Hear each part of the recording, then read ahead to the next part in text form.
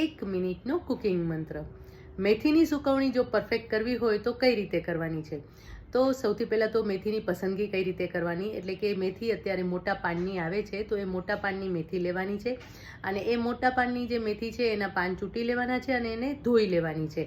ધોઈ અને એકદમ સરસ કોરી કરી લેવાની છે. અને પછી અત્યારે તડકો એવો છે કે તમે મેથીને કોઈ પણ એક કપડા ઉપર પાથરી દેવાની છે. તમે દુપટ્ટો પણ લઈ શકો અથવા તો કોઈ પણ રૂમાલ પણ લઈ શકો છો. મોટો રૂમાલ હોય તો એના ઉપર પણ તમે જે કોરી કરેલી મેથી છે એને પાથરી શકો છો અને એને પાથરી અને એકદમ સરસ તડકો આવતો હોય ને ત્યાં રહેવા દેવાની છે. તો લગભગ 2 દિવસમાં આ મેથી તમારી સરસ રીતે સુકાઈ જશે.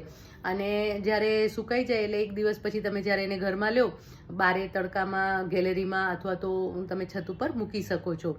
અથવા તમારી પાસે તડકાની સગવડ ન હોય તો તમે એને માઇક્રોવેવમાં પણ સૂકવી શકો છો.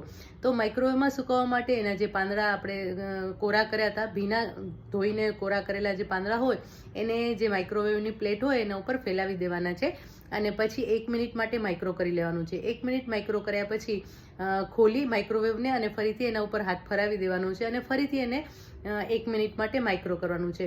આમ લગભગ 2 થી 3 મિનિટમાં મેથીનું એક બંચ છે તૈયાર થઈ જશે. અને આ મેથી લગભગ 250 ગ્રામ તમે મેથી લીધી હશે ને, 250 થી 300 ગ્રામ મેથી લીધી હશે તો એ એક બંચમાં જશે, કારણ કે એના આપણે પાંદડા છૂટા કરતા હોય છે. તો આવી રીતે તમે મેથીની સુકવણી કરી શકો છો અને આ મેથી સરસ 12 મહિના સુધી સરસ રહેશે અને એનો કલર પણ એકદમ સરસ રહેશે અને સુગંધ પણ બહુ જ સરસ રહેશે.